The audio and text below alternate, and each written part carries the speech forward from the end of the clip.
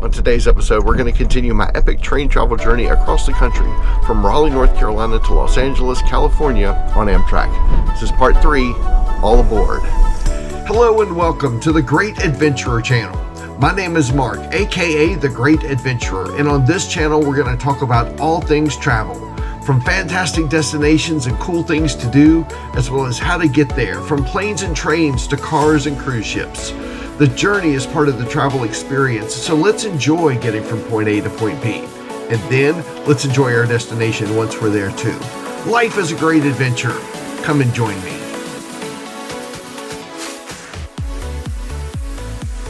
If a train leaves Chicago at 12 noon, traveling west at 90 miles per hour, how long does it take to reach Los Angeles? Let's find out. Well, here we are for part 3 of my epic train travel journey across the country from Raleigh, North Carolina to Los Angeles, California. I started 3 days ago in Raleigh and rode the Carolinian Train to Washington, D.C. in coach. After spending the night there in D.C., I got onto the Floridian in a Roomette for an overnight trip to Chicago, Illinois, where I am now. I arrived yesterday morning and had the day to get out and explore the Windy City. I spent last night in a hotel here, and after getting a good shower and breakfast this morning, I'm ready to head back to Union Station, where I'll visit the Metropolitan Lounge and then board train number 3, the Southwest Chief, where I'll spend the next 2 days in a Roomette as we cross the western United States.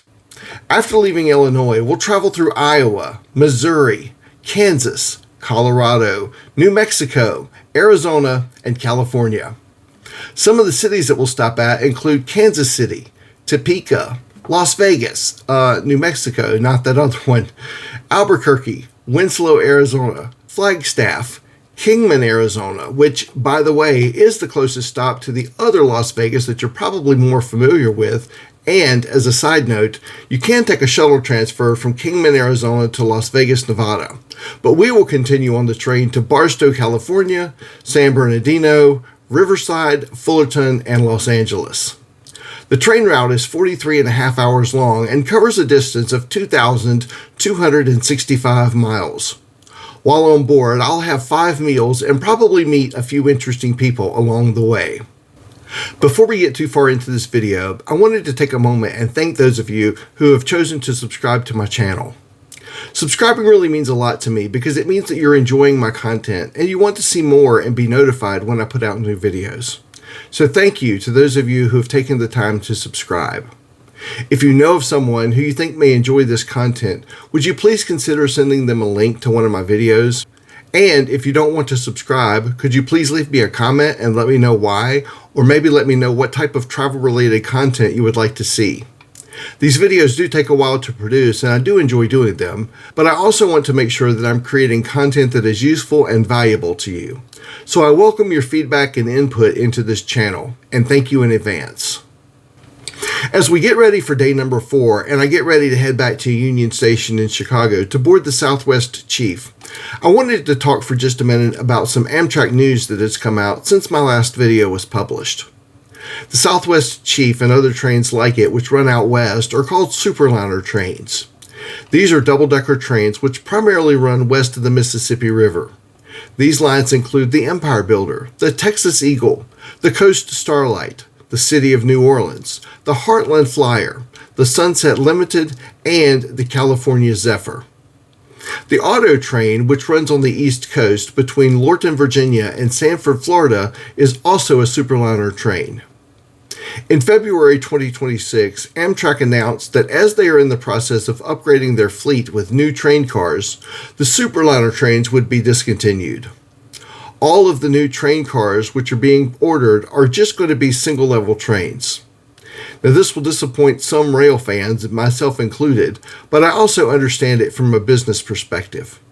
My understanding is that one of the requirements if they were going to build new double-decker train cars is that they would need an elevator to be able to accommodate people who aren't able to traverse the stairs. This would be expensive to implement and challenging to maintain. Additionally, if there is one standard train car which is available to be used anywhere in the Amtrak system, operationally this is much easier for Amtrak to maintain and manage their fleet. But if you want to ride in one of the double-decker Superliner trains, get on that because they're not going to be around forever. Also, Amtrak has already begun to put into service some of their Aero train cars.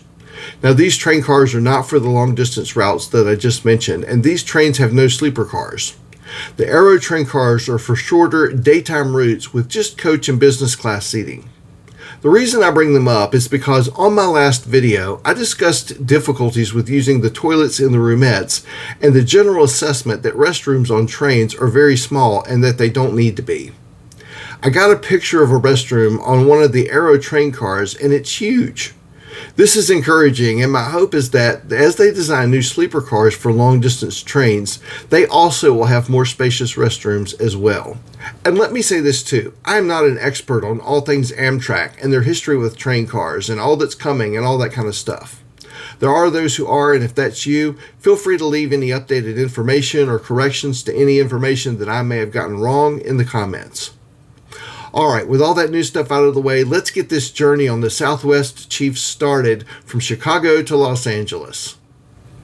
I've covered getting to Union Station in Chicago in one of my other videos, but I'll recap here that I'm going to take the Blue Line CTA train downtown to the Clinton stop, which is just west of the Loop, and then walk 1 block north on South Clinton Street to reach Union Station. If you're in a sleeper car, make your way to the Metropolitan Lounge. You can drop off your bags, grab some snacks and drinks, and then enjoy a relaxing environment as you wait to board your train. When they call your train, grab your belongings and you will be escorted through the station and to the train. My roomette on the Southwest Chief is on the second level, so I'll make my way to my room and begin to get settled. Let's start off with a roomette tour and see how this roomette compares with the roomette that I had on my last train, the Floridian. The actual size of the roomette on both trains is roughly the same size, horizontally about 6.5 feet long by 3.5 feet wide. The vertical height is reduced on the Superliner trains, however, because they are 2-story train cars. Because of this, the upper bunk folds down from the ceiling at night and it is on a slant during the day. On the Viewliner trains, the upper bunk is always flat and slides up and down along this track. Now, I don't use the upper bunk, but one notable difference for those who will is that on the Viewliner trains like the Floridian, there is room to sit up in the upper bunk because of the higher ceiling. On the Southwest Chief and other Superliner trains, sitting up while in the upper bunk is not an option, so take that into consideration. Now, this is my second time riding on a Superliner train. My first was a year ago on the Empire Builder, which also left from Chicago, but that train was headed to Seattle. If it's your first time riding in a roomette, you're probably going to be surprised at how small it is, especially if there are 2 of you. I travel with just a carry-on bag and a backpack, and whether I was on this train or the Floridian, my first challenge was figuring out what I was going to do with my bags. I found out that I could lay my bags on their side beside the seat that I would be sitting in and have them out of the way. But if I needed to lay one of them flat to get something out of them, I would need to use one of the seats for that. Now, I'm not going to try and sugarcoat this and say that the roomettes are spacious. They're not. But after being on the Floridian and feeling so cramped, this roomette feels spacious. To begin with, there is no toilet or sink in this room, and I think that's a good thing. If you didn't watch my previous video where I talked about trying to use the toilet and the sink in the roomette, you should. That's all I'm going to say about that. But here, you've got roughly the same configuration for both seats. Their widths are about the same, and you've got a little bit of space on the side away from the window where you can place your carry-on or other small travel bags. Something else that I'll mention here about the doors is that if you travel with your door closed, it doesn't allow air to flow into and out of your room, so your room can get cold or hot depending upon the season. Your room is supposed to have a temperature control inside, but in my experience, opening or closing the door was the best way to control that. If you're uncomfortable, you can always speak with your cabin attendant who can verify if systems are working like they're supposed to, or offer suggestions for improvement. One other thing that I'll mention about the roomettes is that the doors only lock from the inside. So if you're away from your roomette to go to the restroom or the dining car or the observation lounge, just keep that in mind. I usually pull the curtain closed and attach the Velcro. I've never had any issues with theft, and I haven't heard of anyone else having any issues either. As we get started on our way out of Union Station and into downtown Chicago, we leave the underground and we can see the Willis Tower along with the rest of the Chicago skyline. I always enjoy visiting Chicago, even though this visit was short. We begin to pick up speed as we make our way out of the city, and before you know it, we're looking at cornfields. The beauty of the Midwestern farmlands and that big blue, beautiful, expansive sky are always a sight to behold. One of the ways that riding on the train is different from airplane travel is that our cell phones don't have to be on airplane mode while we're traveling on the train. I know that some of the airlines nowadays allow you to use Wi-Fi while you fly, and that's cool. On the train, you can use either the train's Wi-Fi or your own personal cell phone data, provided that there is cell service near your location. On a lot of these western U.S. routes on Amtrak, the train doesn't offer Wi-Fi because you're traveling through cellular dead zones and service is spotty at best. Truthfully, I really wish Amtrak would partner with a company like Starlink for satellite internet, but that's not the case today. This is one reason that it's a good idea to download any movies, music, or books that you want to use while on the train before your journey. One of the things that I like to do is look at the Maps app and see where we are. After about 3.5 hours, we hit one of the highlights of our train journey. We cross the mighty Mississippi River and make our way out of Illinois and into Iowa. Our first stop is just across the river in Fort Madison, Iowa. As you can see, it's getting closer to dark here. It's around 6 p.m. I'll make my way to the dining car in a little bit, and then I'll settle into bed for the evening. After Fort Madison, Iowa, we'll continue into Missouri and then on into Kansas. We'll stop in Kansas City for our first fresh air, stretch, and smoke break of the trip. I'll go ahead and go into bed around that time, and then I will see you all in the morning. Okay, as day 5 gets underway, I wanted to talk a little bit about a major issue that we're having on the train here. It started on the first evening. There is a restroom that is not far from our roomette, and I started to notice that every time I went by it, the occupied light was on. It's not too big of a deal, as I just went to another car and used theirs. As day 2 on this train went on, the situation kept getting worse. More and more restrooms were showing up as occupied or out of order. At one point, I was walking through the train and looking for a restroom, and I ran into others who were also looking for an available restroom. We walked in one direction as far as we could, so we turned around and started walking towards the dining car. My plan was that I was going to walk through the dining car and the observation lounge into the train cars that are for coach passengers. I thought this was a good solution with all the sleeper car restrooms either occupied or out of order. As our group made our way through the dining car, the attendant stopped us and asked us where we were going. We indicated that we were looking for a working restroom. The dining car attendant informed us that since we were sleeper car passengers, we needed to use the restrooms in the sleeper cars. We informed him that we just walked all the way through the sleeper cars and no restrooms were available.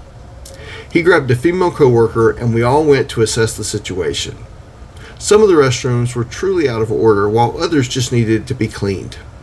He and his coworker cleaned a couple of restrooms and we were back in business, so to speak, for now. We'll have to revisit this issue a little bit later in this video, but for now, let's continue with our journey. Shortly after 6 a.m., we passed from Kansas into Colorado as we began our ascent up through the Rocky Mountains. Between 9 and 10 a.m., we reached the peak of our journey across the Rocky Mountains, Raton Pass. Raton Pass is 7,834 feet above sea level, and it's on the border between Colorado and New Mexico. As we cross the border into New Mexico, we'll enter our 6th state on this journey and we'll enter the Raton Tunnel. We're only in the tunnel for a couple of minutes, but we were told to go into our rooms with the doors closed and not to be up and walking through the train during this portion. The tunnel is just under a half a mile long and the elevation here is 7,588 feet. We emerge from the other side and within a couple of minutes we make our way into Raton, New Mexico. This is a fresh air break and I took advantage of that and got off the train for a few minutes. Our journey continues on and we arrive in Las Vegas.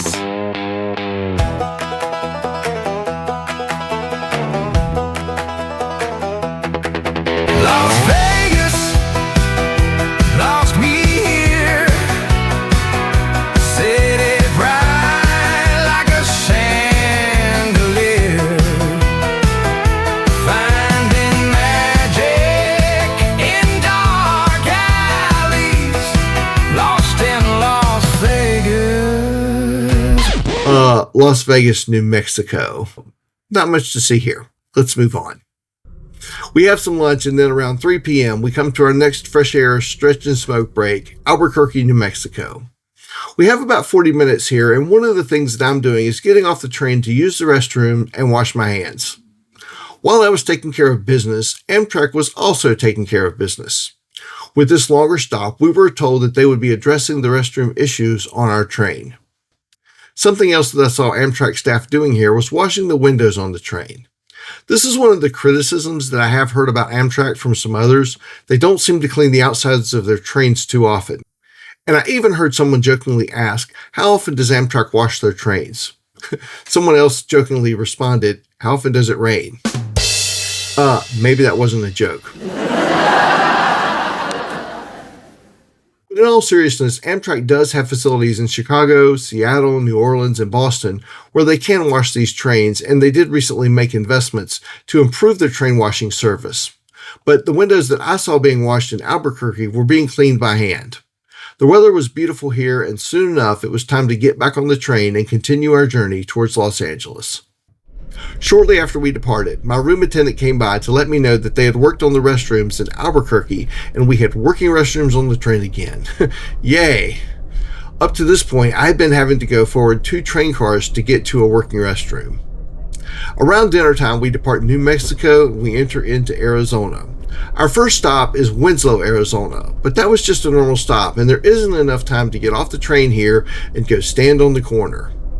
The standing on the corner park is only about a 5 to 10 minute walk one way from the train station, and while it would be nicer if Amtrak made the stop a little bit longer, it's only a 2-minute stop, so you can wave at it as you're leaving town. This does bring up a question that I get asked from time to time, and that is if you can get off of this train, stay for a bit, maybe grab a meal, do some exploring, and then get back on the next train or a future train. The best way to answer this question is not for free. With these long-distance trains, they aren't like the subway or commuter trains that have several trains coming through in the course of a day. The Southwest Chief and similar trains like the Empire Builder, California Zephyr, Texas Eagle, and others only run once a day in each direction. So it doesn't matter if you're in coach or a sleeper car, if you choose to get off the train here, you'll need to purchase a new ticket for the next part of your journey, and the next train won't be coming through until tomorrow. The USA Rail Pass is a pass that gives you 10 train segments traveling in coach for a fixed price. I do plan to do a full video on the USA Rail Pass in the future, but for now, if you have this pass and are traveling in coach and you want to get off the train and resume your journey the next day or a few days from now, you can do that. It will close out the current segment and you will need to schedule another segment for the continuation of your journey on the app, the website, or with a phone call to Amtrak. Also, before you choose to do this and get off the train, I would recommend scheduling your next segment before you get off the train just to make sure the train you want to depart on isn't sold out. With Amtrak ridership being at an all-time high, it does happen. After dinner, it's dark and there isn't a lot to see, but the next stop after Winslow is Flagstaff, Arizona. This is where you would get off to go visit the south rim of the Grand Canyon at Grand Canyon National Park. You will need a car as it's about an hour-and-a-half drive up to the canyon, but if you've never been, and even if you have, this is definitely worth the visit.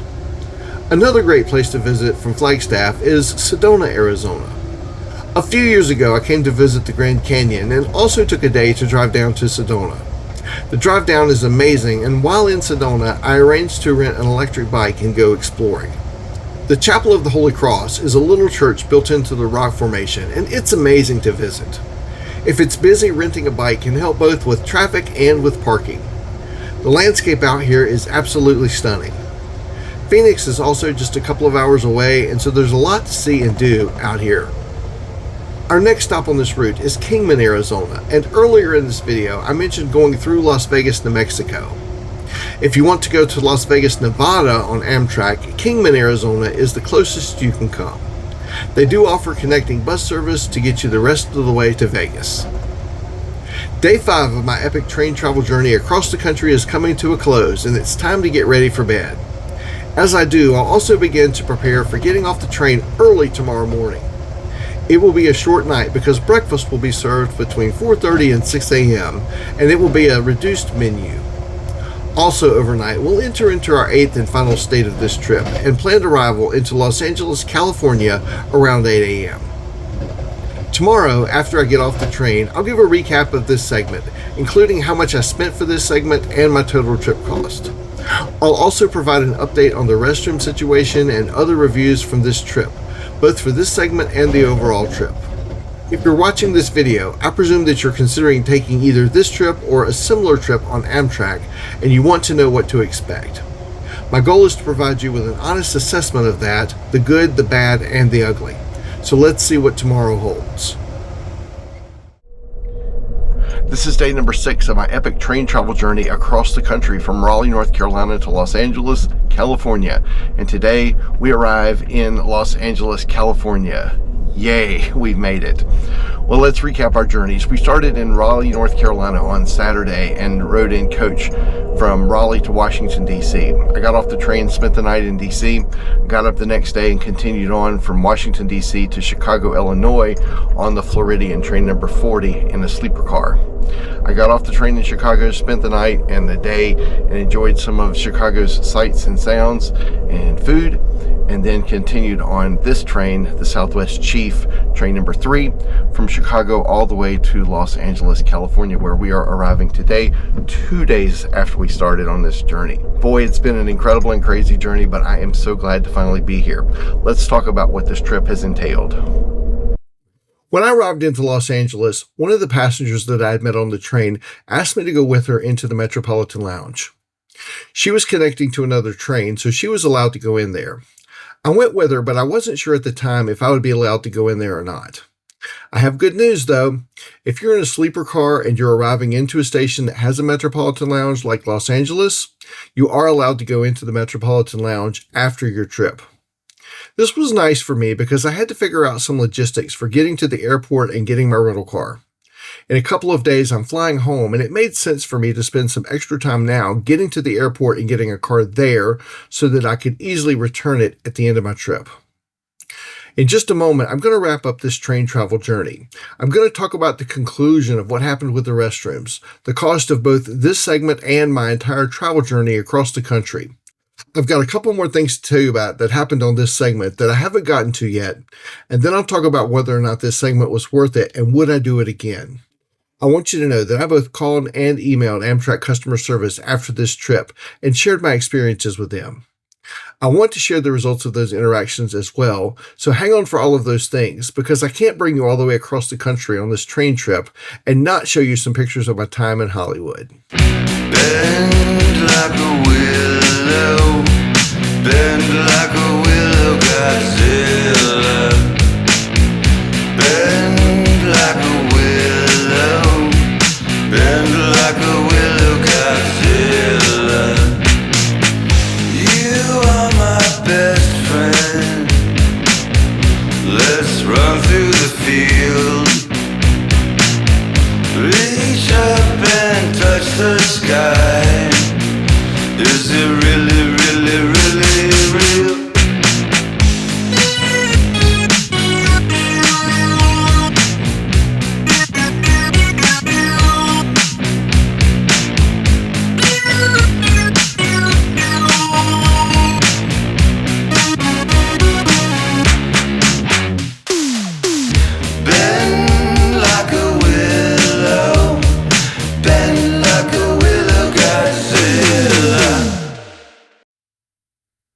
As I begin the conclusion of this video, let me say that I have thoroughly enjoyed taking this trip on a train across the country. I can remember many years ago, before I ever rode the train, thinking about how great it would be to ride a train across the country. It was on my bucket list, so to speak, for many years. And now I've done it, and I'm excited for that. You hear me say on each episode of this channel that life is a great adventure. I have to say that doing a train ride across the country, even with the challenges and difficulties that came with it, truly is a great adventure. And if you haven't taken a train trip across the country, I hope that you'll put it on your list of things to do. We have an amazing and beautiful country, and there are lots of great things out there to see. Okay, let's talk about one of the not so great aspects of this trip, the restrooms on board. I've already told you about the restroom problems that we had on the first day and a half and how the restrooms were fixed, at least temporarily, in Albuquerque. Unfortunately, the restrooms began to have issues again shortly after we left Albuquerque and remained an issue the rest of the way to Los Angeles. I spoke with my Roomette attendant this morning as we were making our way into Los Angeles before I got off the train. He was frustrated and even told me that he was angry. I'm sure he had heard from other passengers and roomettes about this situation as well, but it was more than that.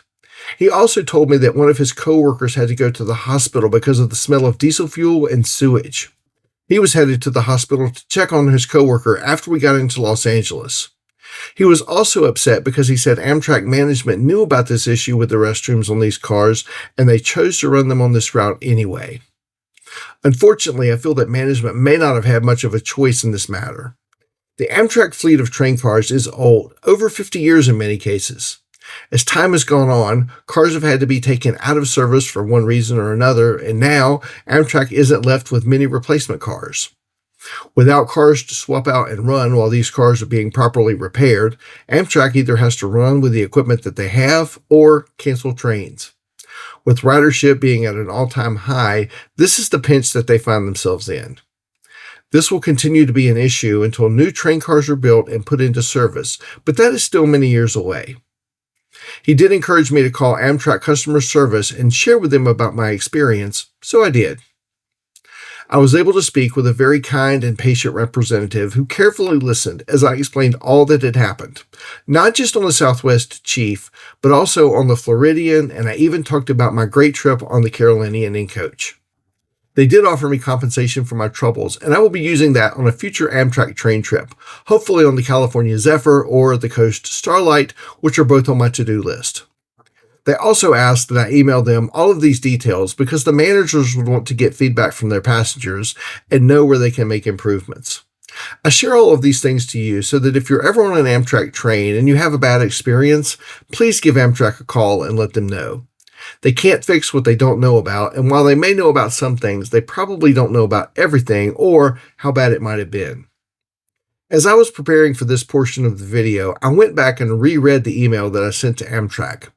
It reminded me of a few things that I had forgotten about. In the Metropolitan Lounge in Chicago, before we boarded the Southwest Chief, there's a Coke machine available which has all of those choices with all the different flavors available. Would you believe that it was out of both Coke and Sprite? Additionally, the first night at dinner on the train, they had actually run out of one of the appetizers. Run out. The first night. The next day at lunch, they had run out of one of the entrees. On this entire train journey, there are only 2 dinners and 1 lunch, and they're running out of stuff. How does this even happen unless someone is not planning appropriately? So here's a pro tip. Eat early. The next thing that I wanted to talk about is the amount of money that I spent on this segment from Chicago to Los Angeles in a roomette, as well as how much money that I spent for the entire journey across the country. From Chicago to Los Angeles in a roomette, I spent $733. Now that was broken down into 2 smaller charges, the first being for 1 adult rail fare, which was $303, and then there was 1 roomette, which was $430. That means that if I wanted to add a second person to my roomette, it would have been an additional $303 for the adult rail fare. With the cost of my first segment in coach from Raleigh to Washington, D.C. coming in at $43, and the cost of my second segment from Washington to Chicago in a roomette coming in at $496, that brings my total cost for this train trip across the country to $1,272. So here's the thing, and I told Amtrak this is straight from my email. For the amount of money that I've spent on this whole cross-country journey, I could have gone on a very nice, week-long Caribbean cruise where I could have had a cabin that was far less cramped, with restrooms that not only worked, but had enough space that I could enjoy them comfortably. I could have had plentiful food and beverages, onboard entertainment, and more. In fact, just a few months after this train trip, in January of 2026, I did go on a 7-night Eastern Caribbean cruise on Virgin Voyages as a solo passenger in a standard balcony cabin for a grand total of $1,243, including taxes and fees. That was $29 less than this train trip. Hopefully you'll get to see a video on that cruise in the coming months. But what I also told Amtrak about this was that I felt like they are charging luxury prices, but they are not providing a luxury experience or a luxury product. Now let me add one thing here since we're talking about price. This video is being made in the spring of 2026, and if you've been to fill up your car with gas recently, you've noticed that gas prices are through the roof. And by the way, this picture is from October of 2025 in Los Angeles. This was taken 7 months before this video was produced. And if you think that's bad, the prices for diesel fuel have nearly doubled recently. So if you're looking to find train trips in 2026 with the 2025 prices that I've mentioned previously, it's not going to happen. Okay, enough about cost. So now the question, would I do this again? Well, as you know, I have a voucher that I need to use, and I've already told you that I hope to do the California Zephyr or the Coast Starlight. So yeah, I do plan to do those 2 routes, and they will be in a sleeper car on these double-decker trains. Also, so far I've only done the westbound trains, and I would like to do the eastbound version of these trains as well. So definitely more train travel is in the future for me, and more videos are in the future for you. But what about you? Would you do a cross-country train trip on Amtrak? Let me know in the comments. Let me say again that I hope that you're enjoying this travel-related content that I'm creating, and will hit the thumbs up button and subscribe to my channel if you haven't already. Thank you so much for watching my videos, and let's make life a great adventure.